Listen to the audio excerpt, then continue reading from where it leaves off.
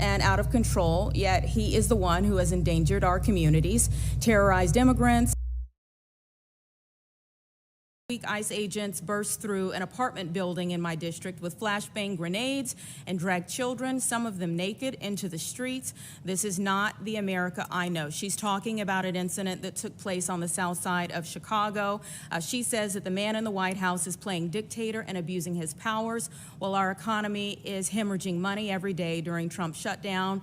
He wants to further waste taxpayer dollars to deploy the National Guard. I refuse to bend the knee, although many of my Republican colleagues have, and I will never give to a man hell-bent on destroying our city. That is, again, coming from Representative Robin Kelly. So you see here, again, that the conversation here in Chicago has really quelled and really caused a national, statewide debate here, as well as things that are local.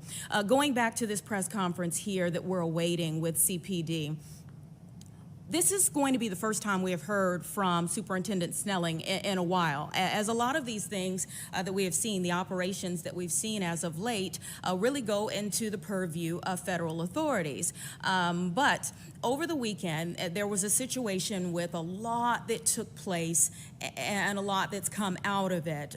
So CPD has issued statements in terms of what they did do. They say clarifying some misinformation that was out there. The National FOP, though, that's a Fraternal Order of Police, and the Illinois State Fraternal Order of Police have condemned reports that Chicago police officers were barred, this is from them, from assisting ICE agents. So again, CPD addressing this controversy, the FOP stating that they are condemning what took place over the weekend, saying that CPD was barred from assisting ICE agents. The national president of the Fraternal Order of Police, and also Chris Southwood, who is the president of the Illinois State Fraternal Order of Police Lodge, say that they are shocked and appalled at reports coming out of Chicago that commanding officers were barred, local law enforcement, from assisting in immigration and customs enforcement.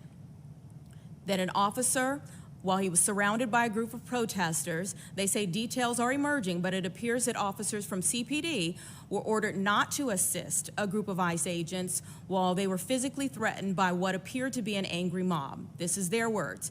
They say, let me be clear, both the National FOP and the Illinois FOP believe that when an officer calls for assistance, you answer no matter what. We see Superintendent Snelling making his way into the room and up to the mic. And again, just as soon as he begins to speak, we're going to go ahead and listen in. Let's listen in now.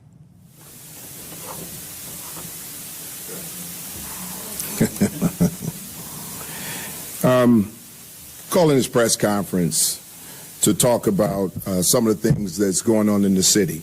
So I want to be clear about one thing. This is about law enforcement response to these types of incidents. So I want to be clear that I'm going to limit my responses to that.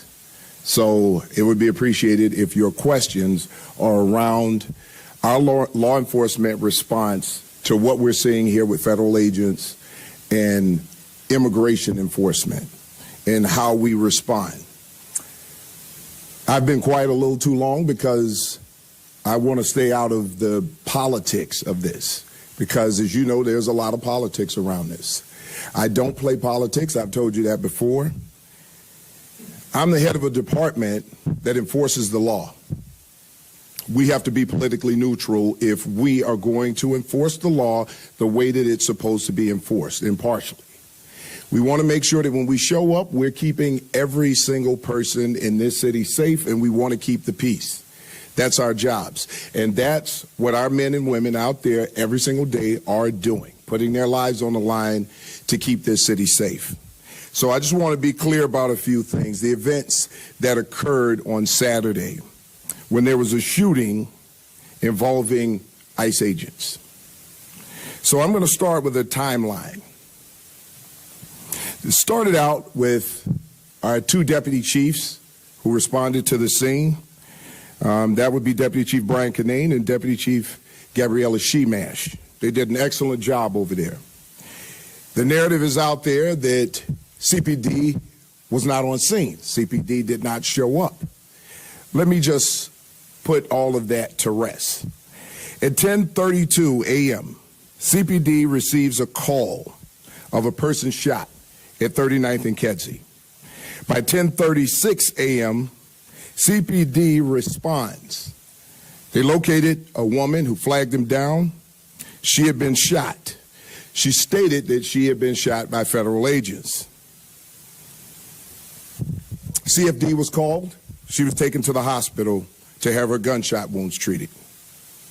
At 11:06, CPD officers are at the hospital with this individual who had been shot.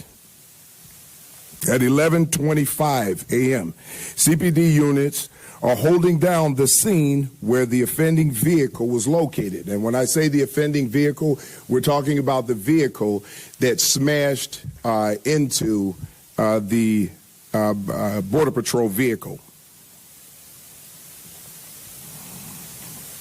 At 11:36 a.m., the scene is then turned over to federal authorities for their investigation after CPD was clear that there was a shooting that involved this particular person who was at the hospital. At 12:12 p.m., in a separate incident, and I believe people have been conflating these two things, in a separate incident from the shooting, there was a vehicle that rammed federal agents off the road. Ran them off the road at 3200 West 35th Street. They crashed as a result of it. That offending vehicle also struck another vehicle in that location, another federal vehicle in that location, and then fled the scene. Our officers arrived on the scene to do the reports and document everything that happened. We have no documented injuries from that incident. At 12:28 p.m., federal agents called for CPD to assist due to a large crowd gathering at 39th and Kedzie. At 1:09 p.m., additional CPD units are en route to 39th and Kedzie. At 1:15 at 39th and Kedzie, where CPD is on scene, a group of protesters began moving barricades and federal agents deployed tear gas. At 2:56 p.m., objects are being thrown at CPD by members of the public. Federal agents again deployed gas to leave the area. So let me just kind of break down what happened there, because at 3:48, everything was all clear. When our officers arrived on scene, they met with the federal agents who were out there. The federal agents had deployed chemical agents. They deployed chemical agents while our officers were there. Those who will tell you that our officers weren't there, say that to the 27 officers who were affected by the chemical agents that were deployed by federal agents. There were 27 reports done to document our officers who were affected by that gas. I've since had a conversation with federal agents, and on that particular day, I spoke with the leadership of the federal agency. We talked about things as to how we were going to work this out. You see, communication is the key here. Communication does not mean collaboration. This had nothing to do with immigration enforcement. What it had to do with a scene where someone in our city was shot, and we, as CPD, are responsible for showing up, documenting that, even when the shooting and the investigation has been taken over by the FBI. We stayed out there for the crime scene to make sure that evidence was preserved, because if that evidence isn't preserved, a proper and a well-performed investigation cannot be done if we don't preserve the crime scene. If we allow people to breach that area and contaminate the crime scene, it hurts the investigation. We have a duty to do so. So I need to be clear about a few things. When a crime is being committed, CPD is going to show up. And it doesn't matter if there are ICE agents there, we have a duty to investigate and protect our city. Now, there are a lot of talking heads out there. There are a lot of politics being used here. And people are using this for their political talking points. Well, my officers are not political pawns. My leadership team, not political pawns. Their lives are too important to play politics with these men and women who face danger every single day. This is not a game. This is not a joke. This is still our city. And we still have a responsibility to maintain safety and calm in our city. Now, there are a couple of things that I want to address. One, what we have to deal with as a department. Because I want to be clear to those who have never done the job, who haven't done the job in years, who weren't on scene, who don't know the facts or have the facts. But they've got a lot of solutions or a lot of ideas of what happened or what should have happened. Let me first talk about the Trust Act. The Trust Act prohibits law enforcement in the state of Illinois from engaging in assisting federal agents when it comes to immigration enforcement. We abide by that law. The city ordinance, the Welcoming City Ordinance, goes a little further. It even prohibits us from asking someone their status. We abide by that ordinance because in law enforcement, we don't make the laws, we uphold them. And we're sworn to do so. And we take our oath seriously. Engaging with federal agents, we do it on a regular basis. We have task force officers who are out there every single day working to stop human trafficking, drug enforcement, gun violence, gun recoveries, search warrants, and everything in between when it comes to violent crime in our city. We have a great partnership with our federal agents, and we still do, and we will continue to work with them around violent crime.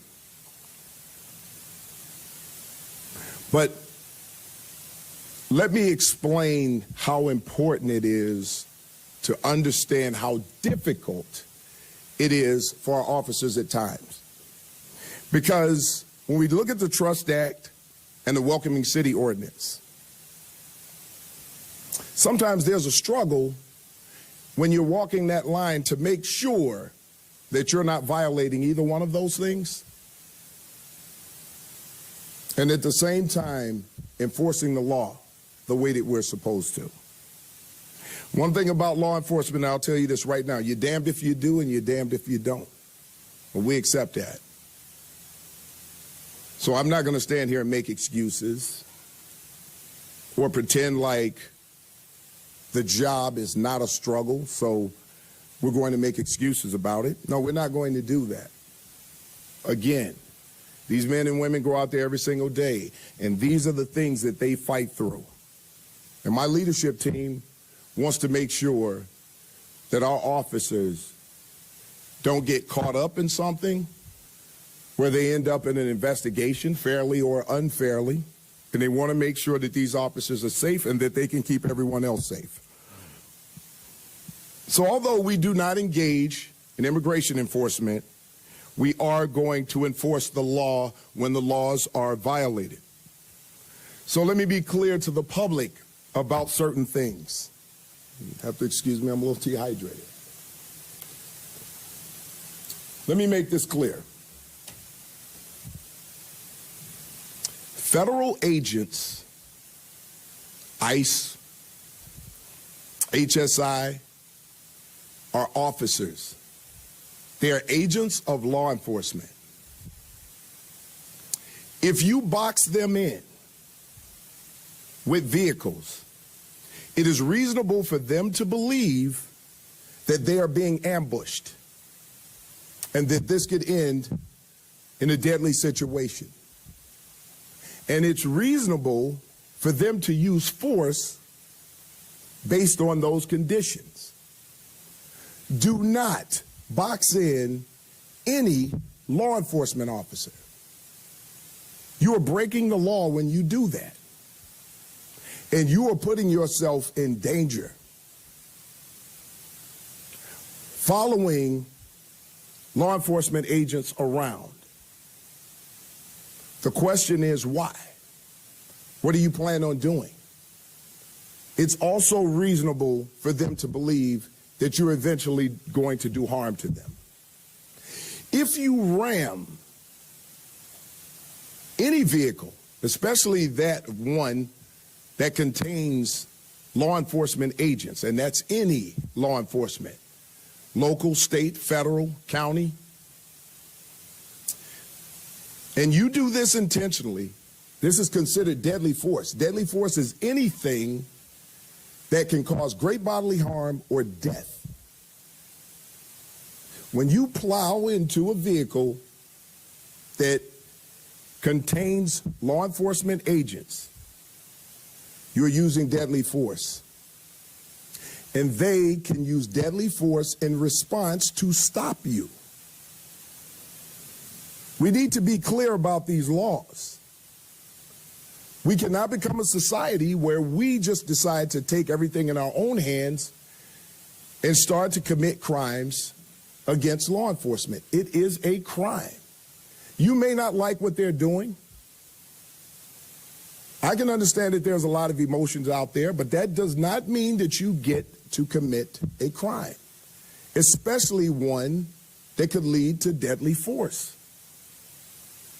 We need to keep everyone safe.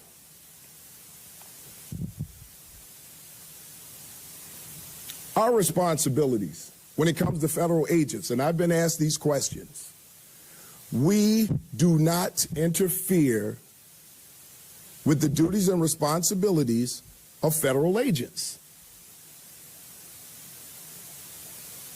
We don't have to agree with it. It doesn't matter. You don't have to agree with it. We do not interfere with their orders. And when they go out to carry out their orders, they will do that the way that they're trained to do it and their understanding of what it is they have to do. Another one. CPD will not arrest and cannot arrest federal agents because someone deems what they're doing is illegal or unlawful. Their rules of engagement are different from CPD and other local law enforcement agents. We need to be clear about this. If we're not clear about this, we will see another event like we saw Saturday. We cannot move like this in this city. If we want to keep the peace in this city, we need to be smart about how we do things. And attacking law enforcement under any circumstances is not safe for anyone. Because as I've said before, a member of law enforcement who cannot protect himself or herself cannot protect anyone else. And we have a responsibility to make sure that we protect ourselves and each other so that we can protect everyone else in this city.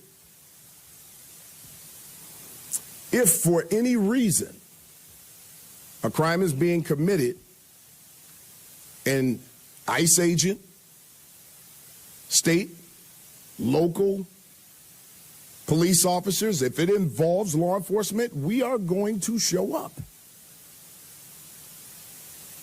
And whatever's going on there, we're going to work to stop it, put an end to it, calm the situation down.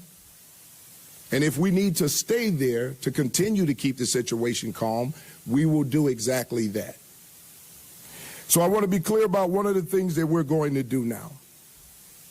What we're going to do, and this is my decision because I need to be firm on this.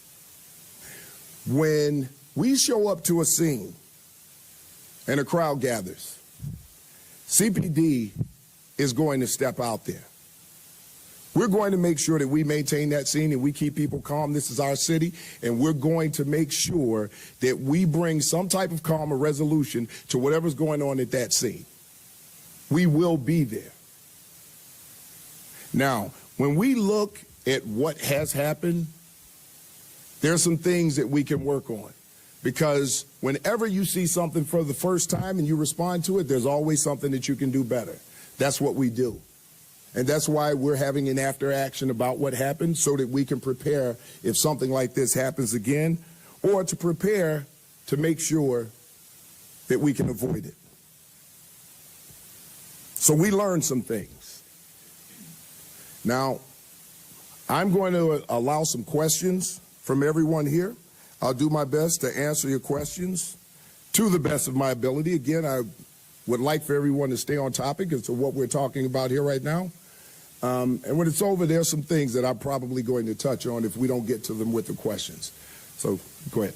Okay, we'll start here. Please introduce yourself. Thank you. Madison with Black Club Chicago. Okay, this is Anita Blanton here in Studio 32. You have been listening and to Superintendent Snelling there clear up some misinformation about incidents that took place over the weekend. He said he's going to limit his responses to specific incidents because he wants to stay out of politics. But there was a lot of misinformation he wanted to clear up about two separate incidents over the weekend that he believes people are conflating. Let's listen into a bit more of the questions, and then we'll talk on the opposite end of that. So in order to help out at this location, we pulled officers from other places. They did not have the equipment to fight off a chemical agent, and they were affected by it. Were there any major injuries? No.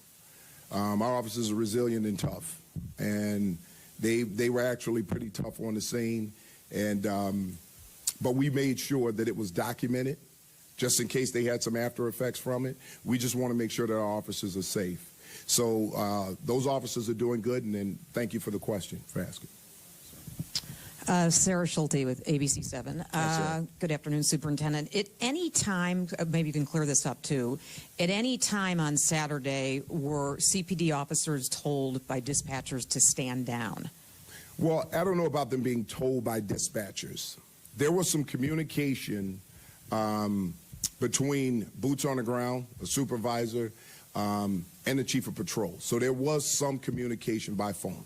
There was something that was put out there that there was an internal message that came from the chief of patrol. That is absolutely not true.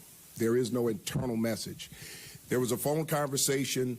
I'm not sure until we get to our after action, all of the exact language that was there. But I have had a conversation with the chief of patrol, who was concerned about officers showing up on a scene. The chief of patrol at that time had no information that anyone was in danger. And let me just be clear about one other thing when it comes to these federal agents. These federal agents can handle themselves, all right? We've been out there and we've seen it. Now, that doesn't mean that we're going to leave them because we know that they can handle themselves. We need to make sure that we have our officers and enough of them to respond to a scene if they are being surrounded. So were they told to stand down? Our officers were not told to stand down. Our officers were out there throughout the entire event. I would never tell our officers to stand down, because if our officers were in trouble and we needed help from other officers, I would expect those officers to step in and help us. And it's the same thing that we do on our side. When someone is in trouble, we're going to step in. So to get a little more information about that, we'll know by tomorrow what that exact conversation was. Superintendent, how are you? I'm good. How are you? Good, thank you. JC Navarrete, NBC Chicago. Going off the point here, damned if you do, damned if you don't, as you mentioned. How do you toe that line between showing up and providing backup for a fellow officer who may be in need, but not helping them and execute their orders that are, of course, from a federal level. How do you toe that line between both of those?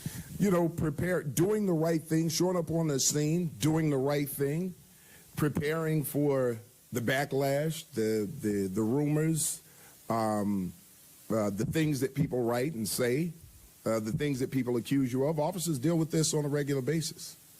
And this is why wellness for officers is so important, because this is the type of thing that an officer has to go home and kind of decompress from, right? You show up to a job, you know you're there to make sure that people are safe. And if there are immigration officers there, they're now being accused of enforcing immigration. They now become the subject of an investigation. They don't know how that investigation is going to unfold.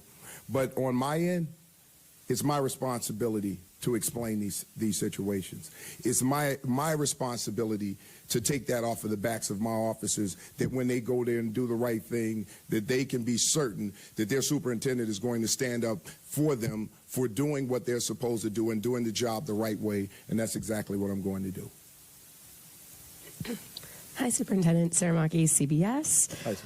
This is, I guess, part clarification, part question. I think you mentioned you met the day before on how we're going to work this out. Was that a meeting on Friday with federal partners? I'm sorry, I'm not sure if you understood what I was saying. Yeah, I don't think I did. So I just wanted to Okay, clarify. you said we Have you met, I think you mentioned you met the day before to talk about how we were going to work this out. No. So I actually have contact with federal agents. And the reason that I talk to them is because when we have a situation that's volatile, that could blow up, that could turn into a full-blown riot, we have to have this communication. Because if we're going to keep the peace and we're going to keep this city as safe as we can possibly keep it, we need to have that communication. The rules of engagement for federal agents and the rules of engagement for CPD are completely different.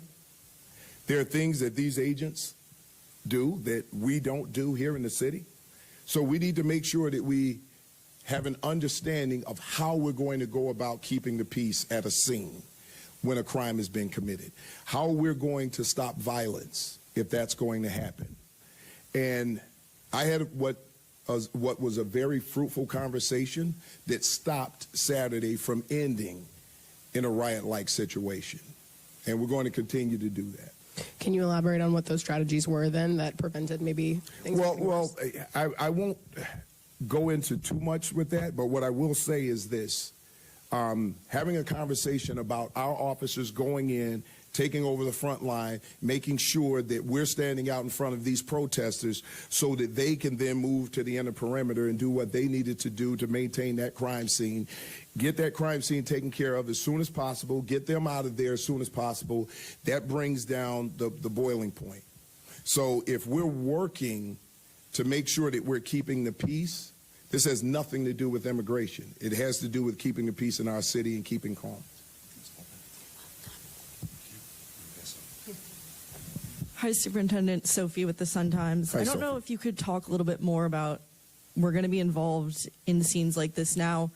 Will it look different from how it looked Saturday? Did this federal leadership you spoke with have anything to say about those 27 agents who were, affected by chemical gas? Oh, absolutely. He was extremely concerned about it. We are going to have further conversations about it. He was also appreciative of the fact that we came in, stepped in, and he was the first to say that this could have turned into a full-blown riot, and it didn't. So CPD, again, just can never say enough about how proud I am of those officers going in, being converged on like that, stepping in, and making sure that they kept the peace there. Brandon with WBBM News Radio. I think during the DNC, you kind of showed and ushered in what looked like a new era of crowd control and how that might look like successful crowd control. Are you going to be utilizing any of those techniques that were learned and trained for during the DNC? And the second part of this is when when you're, doing crowd control around these federal agents, will federal agents then be allowed to join in? And would the techniques like we see in Broadview that are being used, or other, gas being dispersed throughout the city, are those going to be included into your crowd control techniques? No, because that, and let me just go back to your first question, and it's a great one, and thank you for that. Our officers are trained, and we continue that training just in case we have other civil unrest or protests that are going on, First Amendment activity. And our officers are very well trained, as you said. They'll show up on the scene and they'll utilize that training. Depending on the size of the crowd, things of that nature, tactics and techniques could change based on that. However, when they show up, all of the techniques, tactics that they've learned, that's what we'll be utilizing in these situations to diffuse situations and to keep things calm. When it comes to deployments of chemical agents and things of that nature, again, the federal law enforcement, they have a different probably training around it. They have different rules of engagement. So when they deploy based on their tactics and what their rules are. When we take control of a scene, we will have direct contact communication with them so that they understand that we're going to cover that front line, so that it will be unnecessary to use these chemical agents at this time, because we'll be in front, we'll make sure that we keep these things covered. Omar Jimenez, CNN. Good to see you. Hey, how's it going? So in the timeline that you put out, you said 1228 federal agents call for help for a crowd, 109 additional CPD units are en route. I know there were already officers on scene, but can you just give some clarity on what were the considerations, or what would the considerations have been between in the 31 minutes or so, or 41 minutes, quick math, or so, when additional units were still being considered to be sent to the scene? What was the decision making around there, and why was that needed? Well, the decision making was based on a request. There was a crime scene there that had to be processed by the FBI, who was doing the investigation, and you still had a crowd there, not a very large crowd, but within that crowd there were some unruly people. There were federal agents there, and they held their line, but we wanted to make sure that we got there because there had been some chemical agents that were deployed. We wanted to get there to make sure that we brought the temperature down, allowed for the processing of the crime scene. Once it was processed, then everybody could leave. But that gap of time that you're talking about, it took a little time to move officers from one location to another to get those officers over there. So we pulled officers from other deployments to get over there to help out with what was going on at that location. Hi, Superintendent Snelling. Tonya Hill with the Tribe. Tony, how are you? Tonya, but thank you. Tony, yeah, okay. I'll get that right. No problem. I wanted to ask, in your comments earlier, you said CPD cannot and will not arrest federal agents, but today the mayor signed an executive order establishing ICE-free zones. So my question for you is, how will the police department, be responsible for enforcing this executive order? Well, here's what I'll tell you. I've only gotten a chance today to browse over that executive order because it was recently released. That's something that I'm going to have to look at DOL, the Department of Law, sit down and talk about what's in that executive order. So I don't really want to speak on anything that I haven't studied and have a true understanding of. But again, I will go back and say what I said before. We do not arrest federal agents who are here to do their jobs.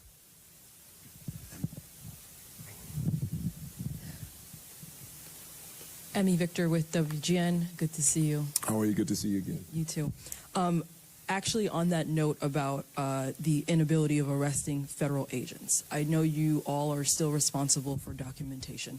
So I guess my question is, how closely are these situations being documented in terms of the actions of protesters as well as the actions from federal agents? Because as we know, there have already been lawsuits popping up in Broadview, for example, because of the situations, people being pushed to the ground, potential excessive force that people are claiming they've received in that area. So, you know, if there are court cases that stem from this, how closely are you documenting both sides of the situation? Well, here's what we don't document things on that level. If we make an arrest, if we put hands on someone, if we use force as an agency ourselves, we follow our policies. And this goes back to me saying that the rules of engagement for federal agents going to be different from that of local law enforcement, especially at CPD. A lot of what we do and the way that we respond, our policies are more restrictive than federal and state laws. So when you are looking at what a federal agent is doing, you might be judging that federal agent based on our policies. And you can't do that. Those things have to be separated. So when a federal agent takes someone into custody, the way that they use force, that's going to be for the federal agency to explain, not CPD. So what we worry about and what I worry about are my officers policing constitutionally and keeping each other safe, keeping the city safe, and keeping everyone safe around them, and stopping those who will commit violent acts against anyone. That's what I'm concerned about. So we don't document what they do. That's up to them. Good afternoon, Superintendent. Caroline with the Chicago Tribune. Nice to meet you. Yes. Good to meet you, Caroline. So the feds called for help at 12:28 p.m. There's a computer message timestamped at 12:28 p.m. that says no units will respond. Dispatchers later captured on audio saying that she's waving off units from 39th and Kedzie. I am wondering what would you call that, if not a stand down, and if there were already enough units on scene, how many were there circa 12:28, 12:30 p.m.? That's something else that we have to look at, and we have to see because sometimes what you hear on the radio does not necessarily reflect what's happening on the ground once someone's there, but we did have officers over there. We have a timeline and a breakdown of who responded. And if you listen to the radio transmission, there were multiple officers who said they were going to that location. And they showed up because that's what CPD does when they hear that someone's in danger. Now, one of the things that I will say when it comes to that location was separate from the shooting. That was where vehicles were rammed. I believe it was along 31st Street. I believe 3100 West 35th Street. We're still looking into that. This is something that was said over the air, and when I say we're still looking into it, this is part of our after action. I want to be clear about one thing, though, and this will also be a part of the after action. When there is an immediate need for CPD to respond, I don't want anyone, especially when someone's life may be in danger, I don't want anyone to have to call anybody in leadership. I want them to respond. And I want them to respond immediately, because it doesn't matter what an order is. If you know as a law enforcement agent that another law enforcement agent is in trouble or anyone else and you need to stop violence against that person, I want them responding, and I want them to respond. Now, you can always explain why you may have disobeyed an order, if that was in order. But I can tell you right now, there is no internal memo that says that. Now, there may have been an understanding of that, but we want to make sure that our officers are responding on the scene. And this is something that we're going to be talking to our officers about. This is something we're going to be talking to our leadership so that that message trickles down. If there are exigent circumstances, work now and then talk about your response later, because you will respond based on the totality of circumstances that you see at the scene right then and there. And if there's split-second decisions that need to be made, we can always explain those actions for those officers. Final question. Afternoon, Superintendent. My name is Peter Nikias. I'm a reporter with Illinois Answers. How are you, Peter? I'm good. Thank you for asking. I'm curious if at any point during the afternoon you or anyone in your command staff had a conversation with whoever was in command for the different federal agencies and just said, hey, you don't need to use gas because we know how to do crowd control. A lot of the 9th District, 8th District regulars were there. We saw residents calling them out because they knew them from previous interactions. Did you or anyone in your command staff at any point say like, hey, it doesn't need to go down like this? Well, this is why I said that I am right now having conversations with federal leadership when it comes to ICE or immigration, so that we can work that part of it out. And this is why I'm saying now that at CPD we're going to show up. If we're there and we're in control of the crowd and we're handling that, there's no need for the federal agents to be confronted by these protesters or have the protesters confront them. So, just a point of clarification, I'm glad you brought that up. So I understand absolutely when somebody calls for help, you go. That's like the person who tell you in Police Dept, right? Like you call for help, please show up.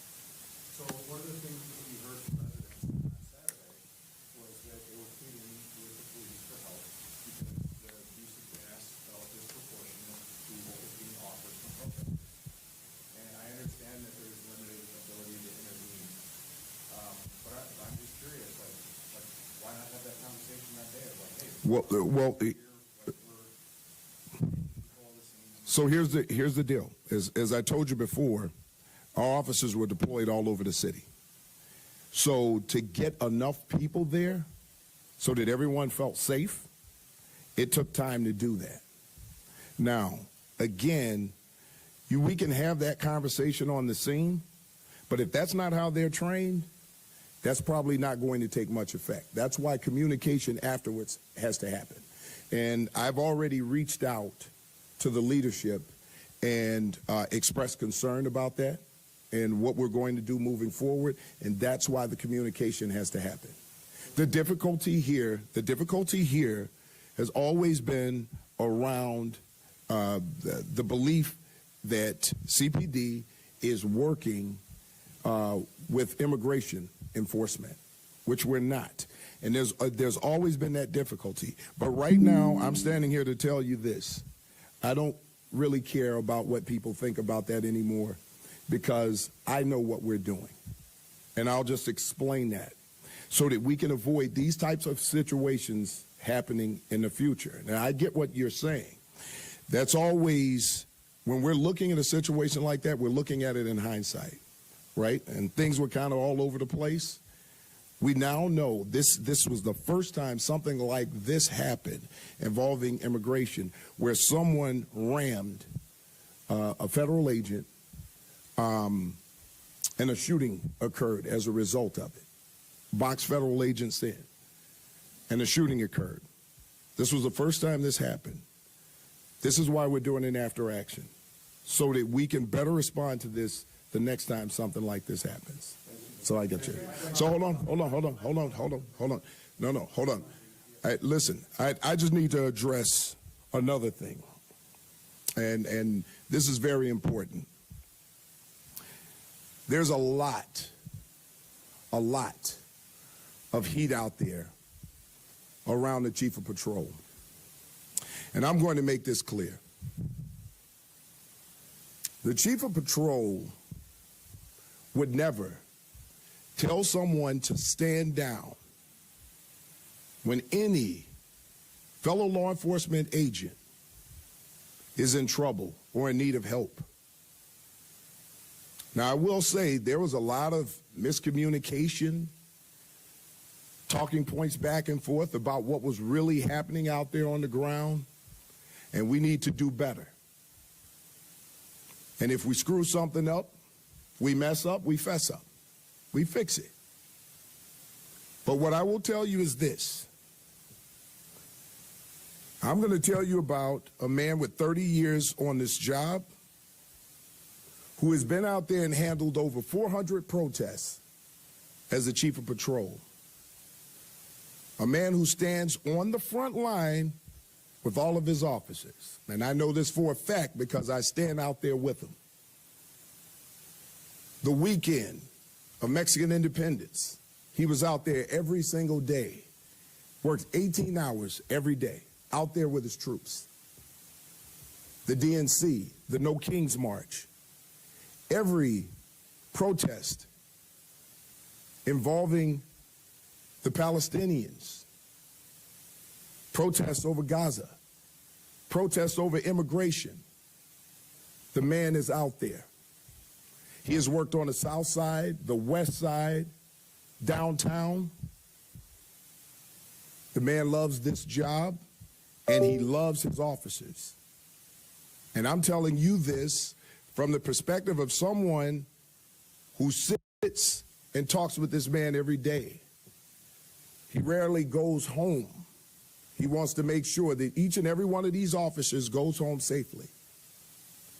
He has the respect of the protests and the protesters and the people who lead these protest groups.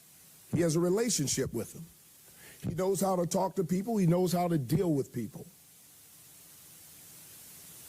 And the fact that someone could post one thing without any background, with any context, without any information, put lies out there about this man and what he has given to this city, what he has given to this department. I'm just going to stand here and tell you right now, if I were to turn my back on this man because of political BS, and yes, political BS, and people's political beliefs, I would be a coward. That's not going to happen. That's my partner in crime. I will go to war with this man. I'm not going to allow anybody to rake this man over the coals. The DNC could not have been a success without him. Couldn't have been without him. So, you can't be pro-police when you need something, and then anti when it's politically advantageous. You either believe that the job of policing is a tough job or you don't. You either believe in law and order or you don't. We're going to judge a person based on a post. This man has served this city with honor. And I'm going to stand with him till the end. This man's brother was a federal agent who is now deceased. He talks about it. He talks about where he came from. Small town, poor man. We have similar stories. Never thought he'd be the chief of patrol and thankful for it every single day. When I talked to him, he was concerned that our officers who would go there would be exposed to chemical agents without their masks. He wanted to make sure that these officers were well prepared if they got there. He wanted to protect his officers. But when we got the information, which I got directly from the head of Border Patrol, that the agents had been involved in the shooting, they had been boxed in, we talked. He immediately redeployed resources to the location to get more people there. See, when you don't know the whole story, it's easy to go online and listen to those who are trolling. I don't really care about that because I know the facts. So I've always said this, and I tell this to my officers. There are two things that you can look at. You can look at your reputation, and you can look at your character. People can determine your reputation. All they have to do is go to social media and tell a lie. Put something up there, post it. But what they can never take away is your character. Because I know the man's character, he knows his character. His family knows his character. Reputation, I never worry about someone's reputation until I have a conversation with them and I get to know their character. People will say your reputation precedes you.